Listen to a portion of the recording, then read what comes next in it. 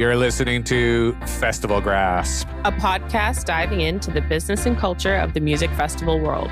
With your hosts, Mario and Shanae. Well, welcome everybody to the newscast. In this week's edition, music industry issues, official advice on how festivals can go ahead next summer. Federal government officially responds to Burning Man lawsuit. This website will generate 90s music festivals for you. UK government to examine the impact of streaming on the music industry. But first, we are meant to gather. Organizers of Global Dance Festival refuse to cancel or give refunds. Ticket holders are angry that organizers insist the Global Eclipse Festival will go ahead in Argentina, despite the government there banning international tourists. This report here by Matilda Bosley in The Guardian, Australia. Thousands of people from around the world partying for 10 days in the middle of the Argentinian wilderness sounds like an ambitious endeavor even before COVID-19, but a global pandemic has done little to sway the organizers of the Global Eclipse Patagonia gathering, who are determined to charge ahead and refusing to refund ticket holders. Despite Argentina nearing 1 million COVID-19 cases and authorities currently refusing to let international tourists into the country, the Electronic Dance Music Trance Festival is still scheduled for December 2020. The event has been in the works for 3 years, with a huge number of fans purchasing tickets before COVID-19. Organizers are refusing to provide refunds on the grounds that the festival has not been canceled, despite there being no way for the vast majority of ticket holders, including those in Australia, to attend. The event, in the category of world-famous festivals such as Burning Man or Rainbow Serpent, promised unrivaled views of the 14th December solar eclipse, an experience of full art, music, educational workshops, yoga, dance, permaculture, and a myriad opportunities to inspire the soul and enliven the spirit. Melbourne student Billy Caldwell, who booked the nearly $700 Australian, about $500 US, ticket on a payment plan in January as a treat after 3 years of working without a break, said this: "It's absolutely one of the biggest events to happen. Eclipse festivals only happen every 4 years, and there's a lot of hype around it. It's like you kind of have to go at least once," she said. "It was all good until the pandemic hit. I don't know if I should cancel my payment plan because if I do, I can't get a refund. I would email them and comment on their social posts and they just wouldn't reply." Caldwell assumed that the festival would be quickly canceled, so continued paying for her ticket. But on August 26th, after months of silence from the organizers, they announced that the Patagonia party would indeed go ahead. But instead of offering full refunds, organizers Global Eclipse Inc. and Global Eclipse Argentina have offered a buyback program whereby customers are able to receive 50% of their ticket price along with the cost of any accommodation and parking passes in exchange for signing a legal document that will release the organizers from liability in regards to the Patagonia gathering. Caldwell says she just doesn't feel that's good enough. If you have the right to receive goods or services to the standards that are expected to be delivered, it's basically impossible to do that.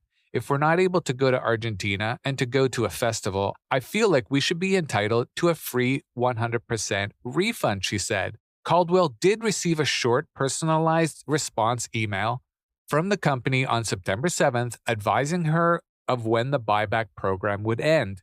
New South Wales resident Mel, who asked for her last name not to be included, she was shocked the situation had unfolded in the EDM hippie subculture. "This isn't the community you would expect a result like this from. You would expect this from a really corporate standpoint," Mel said, who sought a refund via her bank. "What part of this do you think is actually still going to be realized? It's not going to happen." The organizers are associated with a number of other successful trance festivals, including the annual Symbiosis Gathering in California and multiple Eclipse gatherings in Australia. In the email sent to ticket holders in August, Global Eclipse Inc. stated they were unable to provide full refunds.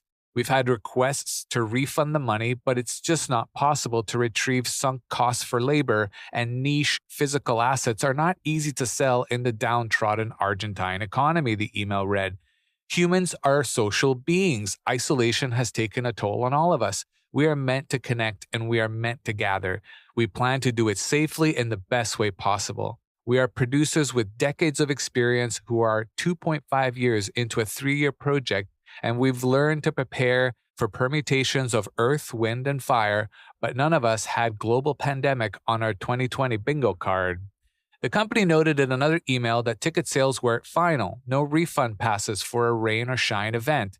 It's not like we were scared of the rain, Mel said. World events have created a situation where we can't do this, and neither can you. I don't feel like they should be making people feel responsible for their loss. We're all at a loss.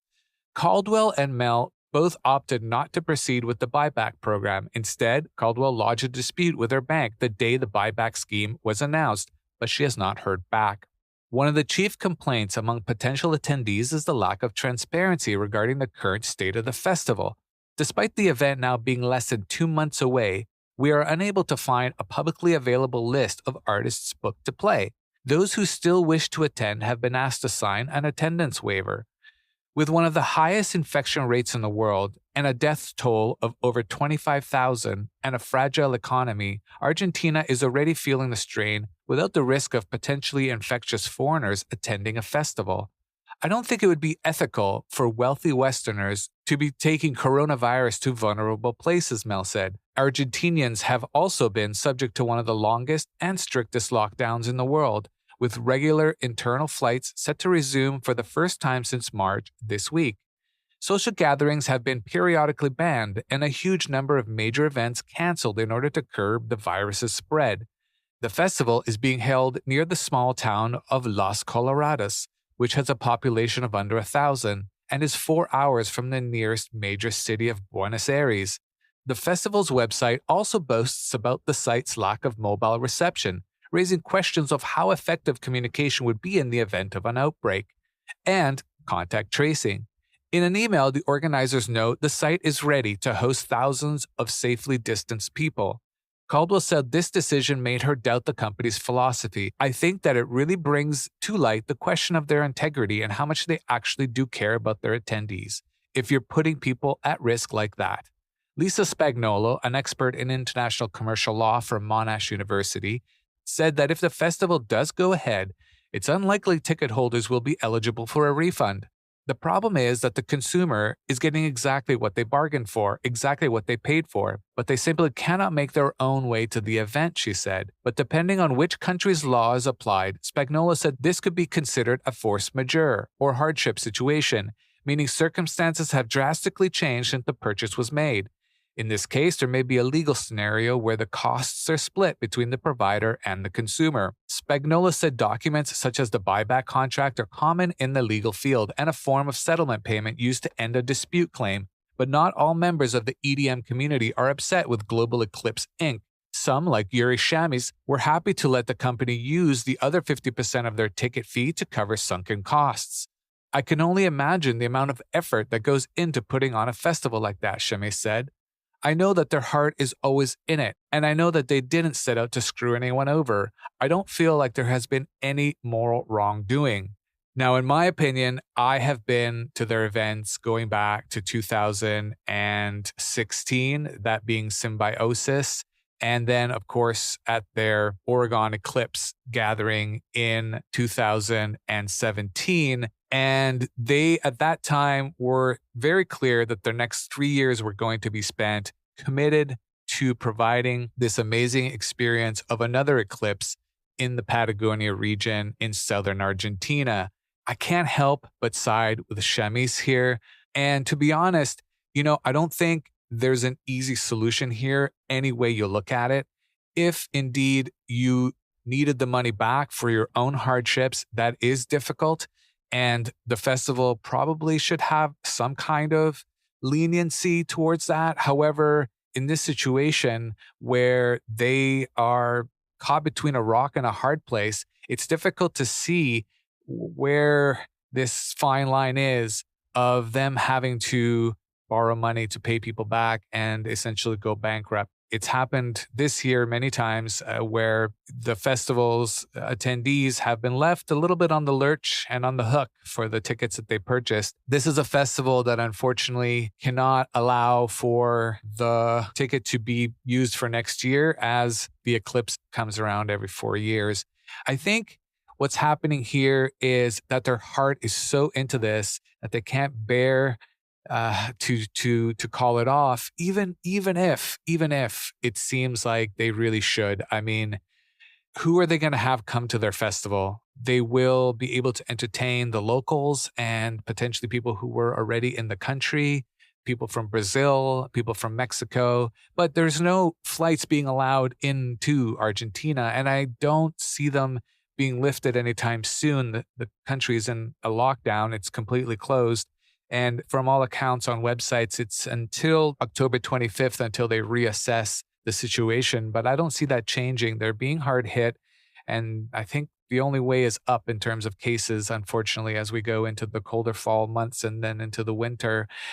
At the end of the day, even if you could get into the country, but they lift their travel ban, you would still have to undertake a 2-week quarantine in order to arrive at the festival in the first place. And that's if you were allowed to go to the festival. So you could potentially fly in there, be quarantined, and then be unable to travel to that region.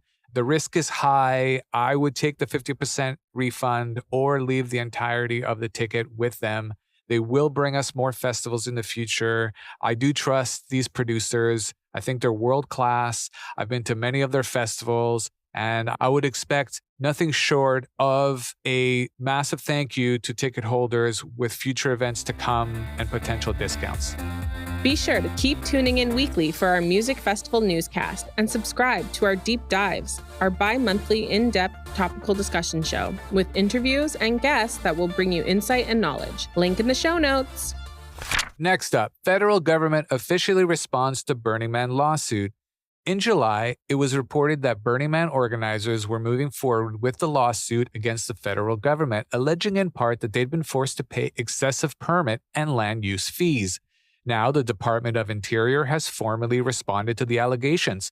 Burning Man and Black Rock City set the courtroom confrontation in motion late last year, and the suit officially initiated in February of 2020.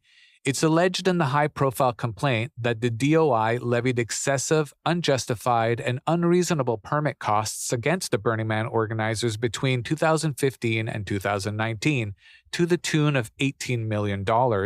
Additionally, the plaintiff maintained that the DOI lacked adequate justification required by federal regulations to impose the charges, specifically because these bills were allegedly disclosed shortly before Burning Man took place.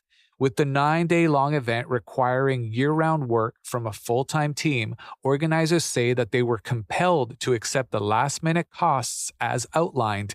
Otherwise, they'd be unable to use federal land in the Black Rock Desert. For reference, the Burning Man Project is the nonprofit organization behind the namesake gathering, attributes north of 90% of its yearly income to Burning Man ticket sales. In a new filing, which was recently submitted to a Washington, D.C. federal court, defendants, including Secretary of the Interior David Bernhardt, refuted the bulk of Black Rock City and Burning Man's allegations. A significant portion of these denials concern precedent and conclusions of law, as well as citations of the underlying statutes and documents, which speak for themselves and are the best evidence of their contents. On the topic of allegedly unfair permit fees, the defendants acknowledge that the plaintiffs requested additional information about the bills, but state that the Bureau of Land Management has provided such explanations. Plus, the legal text characterizes as vague and ambiguous Burning Man's allegation that the Bureau of Land Management's personnel, who were primarily responsible for these unnecessary costs and escalated cost increases at the 2015 event, were reassigned to different posts by the end of the year following an internal investigation. Now, the fees in question have increased $1.3 million to $3 million between 2011 and 2019. BlackRock LLC released a statement back in February saying, "The Bureau of Land Management has been charging our organization for unreasonable costs related to the annual Burning Man event in northern Nevada. Burning Man Project has been seeking IBLA relief from these costs for nearly 4 years, and the IBLA has unreasonably denied that relief in violation of the Administrative Procedure Act. This case is our attempt to break this cycle. Now, we all know that suing the federal government is a bit of a marathon task and potentially an uphill battle, but a win for Burning Man would provide, I think, enough relief and sustainability for the organizers to make more of these events come around in the future. Look, ticket prices for Burning Man have already undergone a really high increase. And in August of this year, the Burning Man Project launched a crowdfunding campaign in fear of not being able to conduct a 2021 Burning Man. Now, it's unclear exactly how much the campaign has raised thus far, but organizers communicated in September that they must generate $12 million by 2020's end to stay afloat and make Burning Man 2021 a reality. In my opinion, Burning Man is worth supporting, and I know that people will support it, but if you wish to as well, we have placed a link in the show notes. Would you like to be on the show? If you or someone you know is a journalist with a relevant article topic or can speak to a story we have covered, please click or forward the guest sign-up link in the show notes. We'd love to have you on. Don't be shy. Like what you hear so far? Make sure you never miss a show by clicking the subscribe button now. This podcast is made possible by listeners like you. Thank you for your support. Next up, music industry issues official advice on how festivals can go ahead next summer. A wide selection of music industry bodies have joined forces to issue official advice on how festivals can take place next year, after COVID-19 forced their widespread cancellation this summer. The new planning framework is led by the Association of Independent Festivals, the Events Industry Forum, and Attitude is Everything, alongside additional guidance from the Department of Digital, Culture, Media and Sport and Public Health England. Covering 8 key themes, the document includes a suggestion that festival goers could be forced to wear face masks in a bid to curb the spread of the disease. Under the specific mitigation measures section, it states, face coverings worn at all times by all public attendees and front of house staff. How will they be advised of this and how will it be implemented?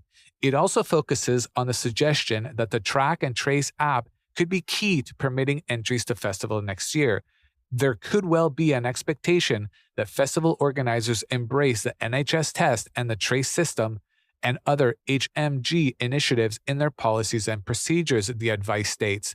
The Association of Independent Festivals CEO Paul Reed commented, "Risk mitigation is what festival promoters do for a living. So the intent of this guidance is to outline COVID-19 specific planning considerations that will allow for bespoke risk assessment approaches in liaison with relevant authorities and agencies."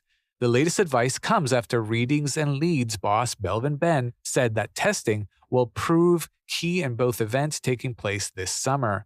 COVID has given us a year off, so the innovation for next year is testing. Everybody will be tested, he said. Now, even though this dossier was released in the UK, it's very, very relevant to anywhere in the world, whether you be in the United States, in Canada, in South America, in Australia, or anywhere else that they may have festivals considered to be planned for next year.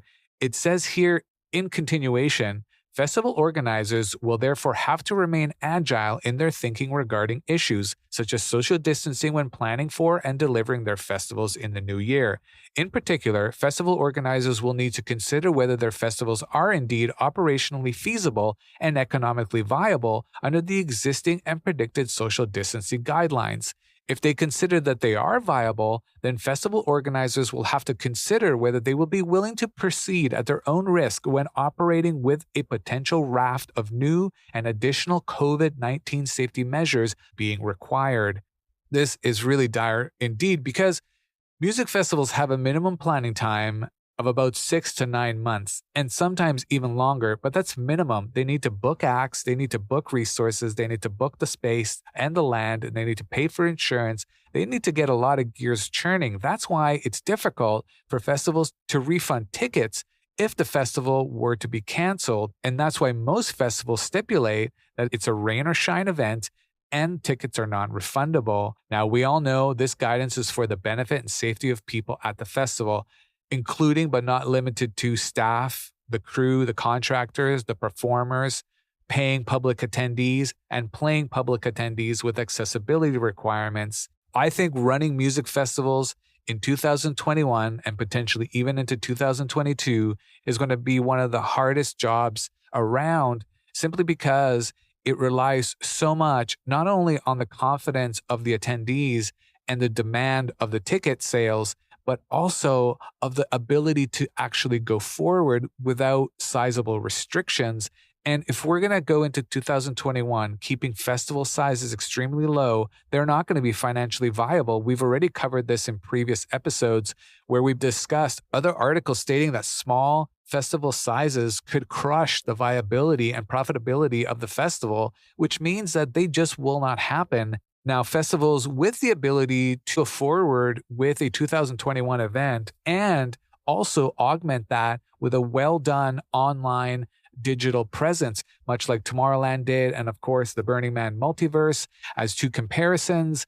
If you can do that as a festival in 2021, it's possible to make money and traverse the wide and uncertain landscape that is going to be coming in the new year and get into a more stable and firm environment in 2022 and then further into 2023.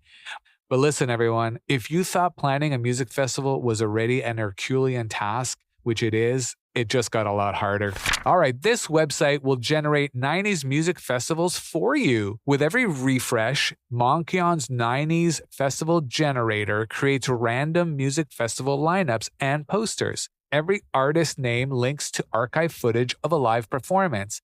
That is, if they played in the UK during the 90s. Now, headliners are ordered by their present-day popularity rating on Spotify. So blame Spotify if you think someone shouldn't be on the top of the bill. And finally, UK government to examine the impact of streaming on the music industry. MPs in the British Parliament are to examine the economic impact music streaming is having on artists, record labels, and the sustainability of the wider music industry. Through a new inquiry entitled Economics of Music Streaming, Parliament will investigate a number of core aspects of the streaming industry, including the business models of the streaming companies, how algorithms and playlists have shaped music consumption, and what the long-term economic impact of streaming might be on the wider industry as a whole. In a statement, the Department of Digital Culture, Media and Sport said music streaming in the UK brings in more than £1 million in revenue, with 114 billion music streams in the last year alone. However, artists can be paid as little as 13% of the income generated. The government has called for perspectives of industry experts, artists and record labels, as well as streaming platforms themselves. Written submissions should be submitted by November 16, 2020. Whether you're a DJ, a producer, a live music musician, this is good news for you, and I hope it serves you well. Keep track of this story. Look, it's a good move. Fairer payments for artists for streaming is definitely necessary. Spotify hit $50 billion in valuation earlier this year, and it comes off a back of a recent YouGov poll that suggested the majority of listeners think artists should be paid more for streams. So the support for the artists is here. Now it's time for Spotify to do its part. Pay these artists cold, hard cash, homie. Show them the money. Well, thanks everyone for joining us on another week's Festival Grasp. Make sure to subscribe on Apple or Google Podcasts, Spotify, or via your chosen podcast collector, so you'll never miss us talking into your ears again. And while you're at it, if you find value in what we are discussing, rate us on Apple Podcasts. It's like telling a friend about it, but better. And it gives us a chance in that big old world out there. I know we're just getting to know each other, but come on, show us some love. We're here for you, you're here for us, so let's do this thing. To sign up as an expert guest on the show, to leave us a question or message, or to jar tip your support, follow the appropriate links in the show notes. Be sure to keep tuning in weekly for our Music Festival newscast and subscribe to Deep Dives, our bi-monthly in-depth topical discussion show with interviews and guests that will bring you insight and knowledge. Link in the show notes. This podcast edited by GBA Recordings. For me, Mario. And Shanae. See you next time. Bye.